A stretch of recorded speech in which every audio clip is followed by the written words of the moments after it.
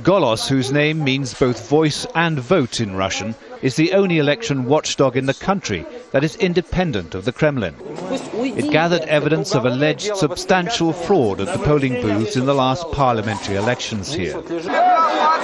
Their findings provoked widespread opposition protests in Moscow and other major cities against what they claimed was ballot rigging. The Russian authorities, though, described them as a front for a foreign state trying to undermine their country.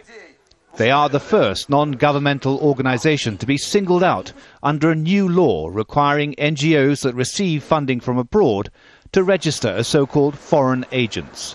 One of the directors told us the Justice Ministry has already lodged papers in court accusing them of engaging in political activity and failing to register. The officials don't want to accept their mistakes, and they always look for scapegoats. So it was easier to blame the West for creating problems in the country.